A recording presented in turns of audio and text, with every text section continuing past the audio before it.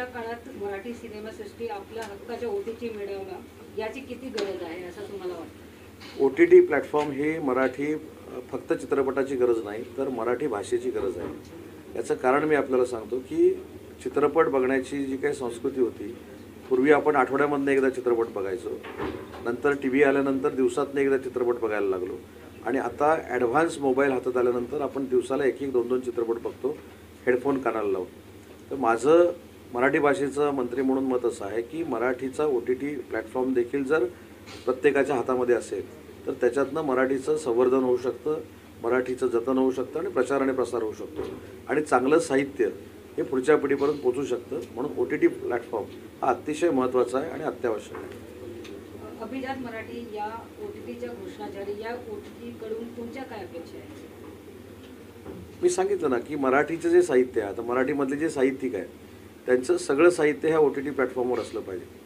मी मगाशी जसा उल्लेख केला की दादासाहेब फाळकेंनी चित्रपटाची सुरुवात केली, बाबूराव पेंटरनी आपला पहिला कॅमेरा तयार केला, त्या सगळ्यांची माहिती पण भावी पिढीला मिळाली पाहिजे। मराठी भाषा नक्की काय आहे, मराठीतले संगीतकार काय आहेत, मराठीतले गीतकार काय आहेत हे देखील सगळ्यांना कळलं पाहिजे आणि मराठीचं तंतोतंत शून्यापासून 100पर्यंतचं सगळं साहित्य हे त्याच्यामध्ये इन्क्लूड असलं पाहिजे।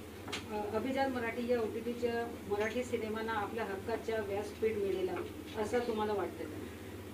नाही, मला असं वाटतं की OTT प्लॅटफॉर्म हा फक्त मराठी चित्रपटापुरता मर्यादित असू नये, त्याच्यामध्ये सगळं साहित्य असलं पाहिजे, त्याच्यामध्ये तुकारामांचे अभंग देखील ऐकता आले पाहिजे, ज्ञानेश्वरी देखील वाचता आली पाहिजे। तर असं संकोचित वृत्तीनं हा OTT प्लॅटफॉर्म चालता कामा नये। मराठी हे फार मोठं काम करण्याचं एक क्षेत्र आहे आणि त्या मराठीतलं सगळं साहित्य जे आहे ते OTT प्लॅटफॉर्ममध्ये असलं पाहिजे।